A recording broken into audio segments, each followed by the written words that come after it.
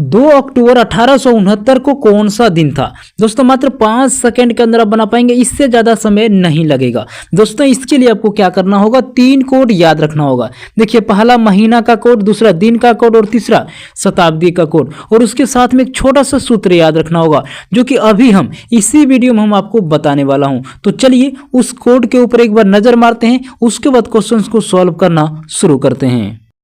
Calendar दिन का code, देखिए रविवार का कोड होता है 1, सोमवार का कोड होता है 2, मंगलवार का कोड होता है 3, और बुधवार का कोड होता है 4, और गुरुवार का कोड होता है 5, और शुक्रवार का कोड होता है 6, और शनिवार का कोड होता है 0। दोस्तों अब चलिए जानते हैं कैलेंडर महीना के कोड के बारे में।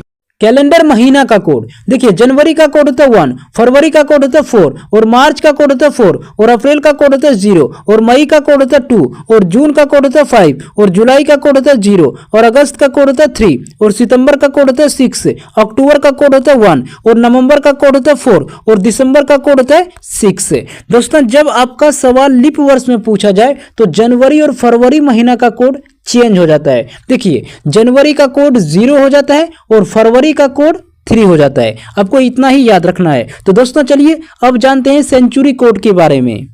सेंचुरी कोड यानी शताब्दी कोड, देखिए 1200 से लेकर 1299 का कोड होता है 6, 1300 से लेकर 1399 का कोड होता है 4, और 1400 से लेकर 1499 का कोड होता है 2, और 1500 से लेकर 1599 का कोड होता है 0, 1600 से लेकर 1699 का कोड होता है 6, और 1700 से लेकर 1799 का कोड होता है 4, और 1800 से लेकर 1899 का कोड होता है 2, और 1900 से लेकर 1999 का कोड होता है 0, और 2000 से लेकर 2099 का कोड होता है 6, और 2100 से लेकर 2199 का कोड होता है 4, और 2200 से लेकर 2299 का कोड होता है 2, और 2300 से लेकर 2399 का कोड होता है 0, और 2400 से लेकर 2499 का कोड होता है 6। दोस्तों अब चलिए जानते हैं कैलेंडर फार्मूला के बारे में।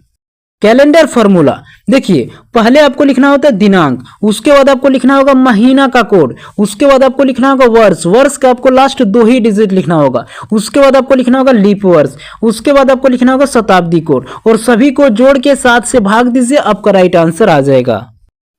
मुझे उम्मीद है कि आपने कोड को अच्छी तरह से समझ लिया होगा। तो चलिए शुरू करते हैं। देखिए 2 अक्टूबर 1869 को कौन सा दिन था? तो दोस्तों सूत्र के अनुसार पहले आपको तारीख लिखना होता है। तारीख क्या दिया हुआ? 2 दिया हुआ है। उसके बाद आपको लिखना होगा महीना का कोड, महीना दिया हुआ अक्टूबर, और अक्टूबर का कोड कितना होता है? 1 होता है। उसके बाद आपको लिखना होगा वर्ष, वर्ष दिया हुआ 1869, लेकिन लास्ट आपको 2 ही डिजिट लिखना है, सिर्फ 69 को लिखना है।